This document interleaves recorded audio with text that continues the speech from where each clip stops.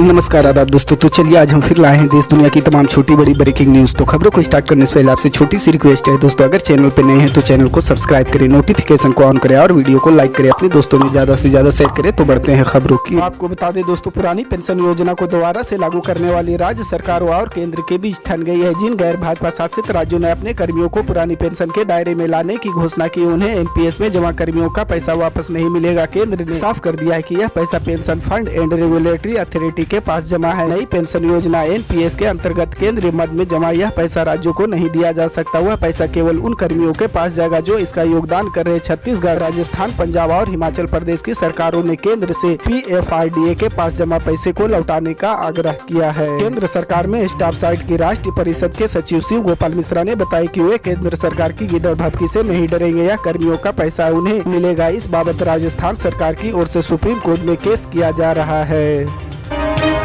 आपको बता दें दोस्तों, भारतीय वायुसेना ने गुरुवार को ब्रह्मोस एयर लॉन्च मिसाइल के उन्नत संस्करण का सफल परीक्षण किया। यह 400 किलोमीटर की रेंज में किसी भी लक्ष्य को मार गिराने में सक्षम है। रक्षा अधिकारी ने गुरुवार को बताया कि सुखोई S-30 MKI लड़ाकू विमान से मिसाइल का परीक्षण किया गया था। उन्होंने बताया कि Su-30 MKI लड़ाकू विमान को दागा गया और इसने बंगाल की खाड़ी में स्टिक लक्ष्य पर प्रहार किया। अधिकारी ने कहा कि यह मिसाइल के एयर लॉन्च संस्करण के एंटीशिप संस्करण का परीक्षण था। सरकारी बयान में कहा गया कि इस परीक्षण के साथ ही वायु सेना ने S-30 MKI लड़ाकू विमान से लंबी दूरी पर जमीन या समुद्री लक्ष्य पर स्टिक हमले करने में महत्वपूर्ण क्षमता वृद्धि हासिल की है। आपको बता दें दोस्तों, अपने गृह जनपदों से बाहर रहने वाले लोगों के मन में चुनाव आते ही यह सवाल जरूर उठता है कि क्या वो वोट डालने जा पाएंगे। कारण नौकरी, पढ़ाई आदि के चलते अधिकांश लोग वोट डालने नहीं जा पाते। ऐसे लोगों की समस्या का समाधान निर्वाचन आयोग ने कर दिया है। ऐसे लोगों के लिए रिमोट वोटिंग की सुविधा देने पर काम किया जा रहा है। अगर आप दिल्ली, मुंबई या किसी भी महानगर से अपने गाँव, कस्बे या शहर के चुनाव में वोट डाल सकते हैं। हालांकि शर्त यह है कि आपका वोट आपके गृह नगर या गाँव वाली वोटर लिस्ट में होना जरूरी है। अभी प्रायोगिक के तौर पर इसे आजमाया जा रहा है। बता दें कि निर्वाचन आयोग ने prototype remote electronic voting machine विकसित की है। यह एक रिमोट पोलिंग बूथ से ही 72 निर्वाचन क्षेत्रों का मतदान करा सकती है। आपको बता दें दोस्तों, मुंबई पुलिस ने गुरुवार को कहा कि नए साल के पूर्व संध्या पर जश्न के मद्देनजर 25 पुलिस उपायुक्त, 7 अतिरिक्त आयुक्त, 1500 अधिकारी, करीब 10,000 से ज्यादा पुलिसकर्मी, 36,000 राज्य आरक्षित पुलिस बल की प्लाटून और 15 त्वरित प्रतिक्रिया दल तैनात किए जाएंगे। पुलिस 31 दिसंबर को gateway of India, marine drive, Girgaon Chowpatty, Juhu beach, Bandra में बैंड स्टैंड और अन्य प्रमुख स्थानों के पास बड़ी भीड़ जमा होने की उम्मीद कर रहे अधिकारियों ने कहा कि किसी भी कानून व्यवस्था की समस्या से बचने के लिए सुरक्षा व्यवस्था की गई है। उन्होंने कहा कि 31 दिसंबर को सुचारू वाहन प्रबंधन के लिए यातायात पुलिस की भी ड्यूटी रहेगी।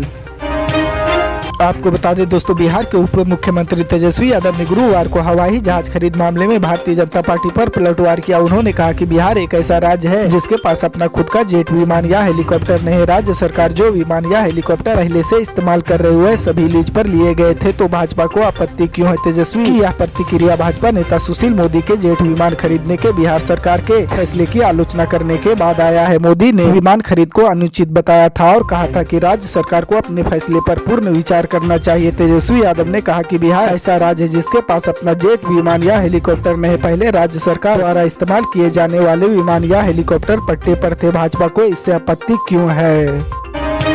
आपको बता दें दोस्तों, पाकिस्तान के सिंध प्रांत में एक हिंदू महिला की हत्या के बाद भारत ने कड़ी प्रतिक्रिया दी है। विदेश मंत्रालय ने गुरुवार को अपनी साप्ताहिक प्रेस ब्रीफिंग के दौरान पाकिस्तान से अल्पसंख्यकों की रक्षा करने का आह्वान किया। एमई के प्रवक्ता अरविंदम बागची ने कहा कि हमने इसको लेकर रिपोर्ट देखी है, लेकिन हमारे पास इसकी खास जानकारी नहीं है। हमने इस बात को दोहराया है कि पाकिस्तान को अपने अल्पसंख्यकों की रक्षा और सुरक्षा करनी चाहिए। सिंध में हिंदू महिला दया भील की हत्या के बाद से आक्रोश है। थार पार कर सिंध से पाकिस्तान पीपुल्स पार्टी की सांसद कृष्णा कुमारी ने अपने गाँव पहुंची और हिंदू महिला की निर्मम हत्या की खबर की पुष्टि की है।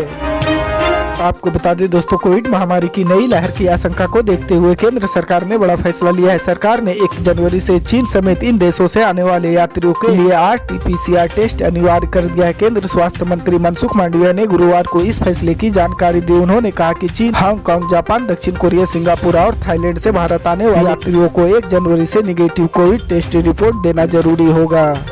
सच हर कदम आपके साथ। आपको बता दें दोस्तों, समाजवादी पार्टी सुप्रीमो अखिलेश यादव ने बीजेपी और कांग्रेस पर हमला बोला। अखिलेश यादव ने कहा कि वह भारत जोड़ो यात्रा में शामिल नहीं होंगे क्योंकि उनको न्योता ही नहीं मिला। अखिलेश यादव ने बयान में कहा कि हमारी पार्टी अलग विचारधारा है, बीजेपी और कांग्रेस एक है। वहीं कांग्रेस सूत्रों ने कहा कि सपा अध्यक्ष अखिलेश यादव और बसपा सुप्रीमो मायावती को भारत जोड़ो यात्रा के लिए न्योता भेजा गया है। निकाय चुनाव में ओबीसी रिजर्वेशन को लेकर चल रहे मामले के बीच यादव ने बीजेपी पर हमला बोलते हुए कहा कि सरकार पिछड़ों की विरोधी है। उन्होंने कहा कि पिछड़ा वर्ग की लड़ाई लड़ने के लिए समाजवादी पार्टी सुप्रीम कोर्ट जाने को तैयार है। उन्होंने कहा अगर सरकार के अंतरात्मा साफ है तो उसे विधानसभा का विशेष सत्र बुलाना चाहिए ताकि वे अपनी बात रख सके और हमें शहरी स्थानीय निकाय चुनाव में ओबीसी आरक्षण पर अपना विचार रखने का मौका मिले। पल पल की अपडेट जानने के लिए जुड़े रहें आप न्यूज के साथ। मिलते हैं अगली बड़ी खबर में।